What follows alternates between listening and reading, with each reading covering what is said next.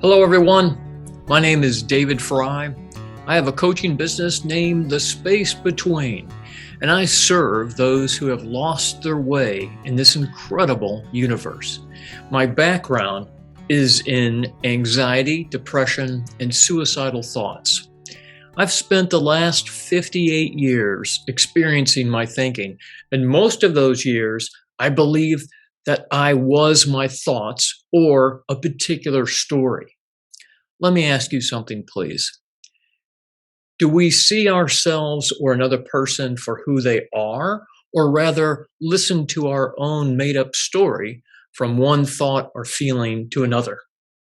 Thoughts, or in other words, stories, shifting and changing 1,000 times per minute.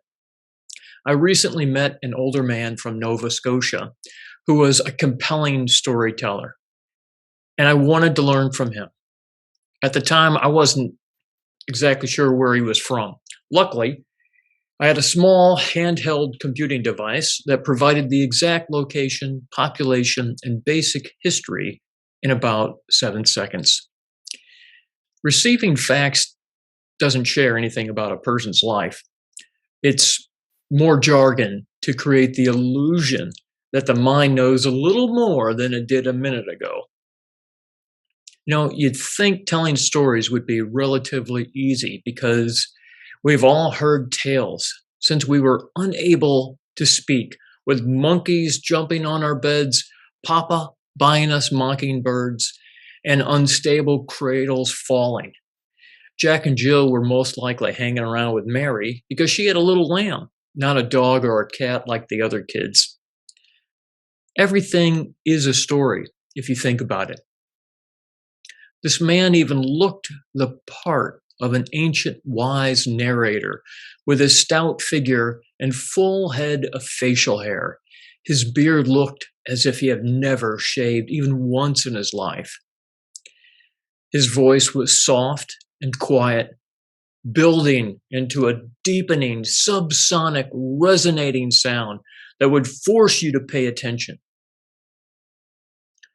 He started by stating that he never gets bored, even before he said hello.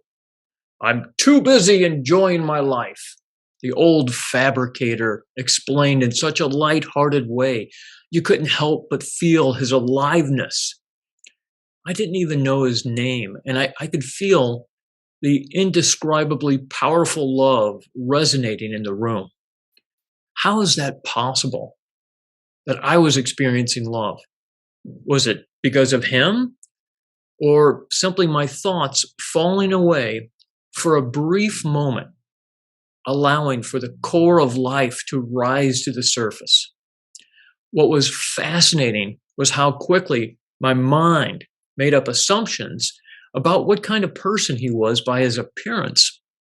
It's genuinely mind-blowing to witness how my thinking works, being able to see the thoughts move in and move out, as if I was suddenly aware that my breath is essential to my survival.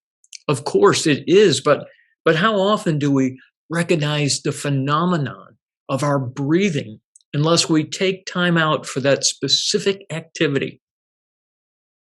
The man looked right out of a Christmas story, playing the part of Santa Claus, but wearing a navy sweatshirt, tan shorts, colorful striped socks, and worn out leather boots.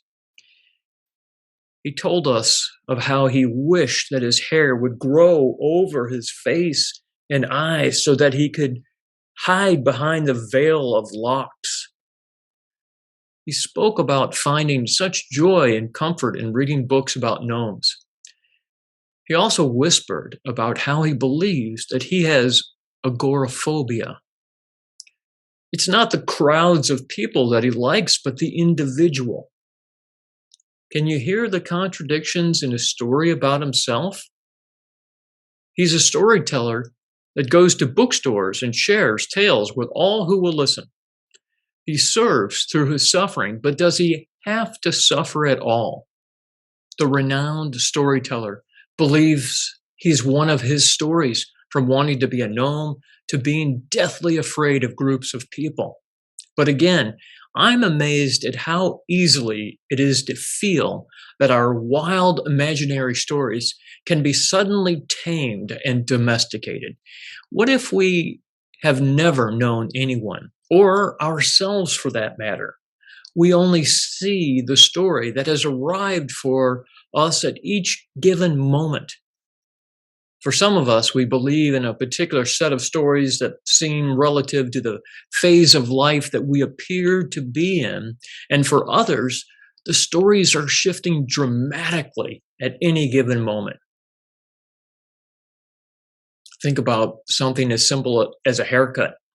Looking back through hundreds and hundreds of pictures, it would be impossible to claim that I look a certain way.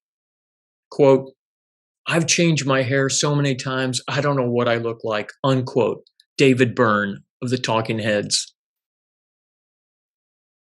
Do you know how many David Frys there are? F-R-Y? Thousands. Isn't that incredible?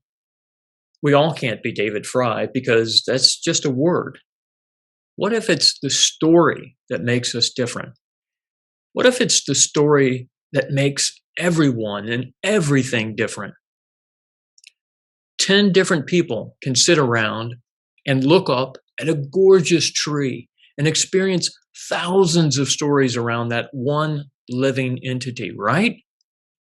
Some will fall in love with this living and breathing giant, while others may remember how one had fallen and crushed their house during a storm. The possibilities are endless.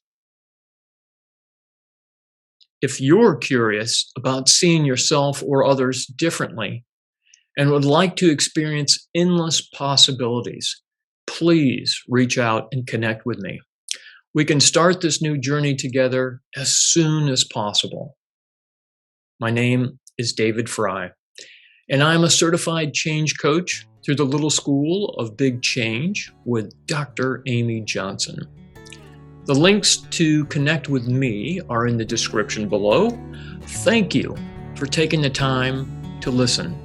Please stay curious and know that it's true when you hear someone say that you already have everything that you need. Talk to you soon.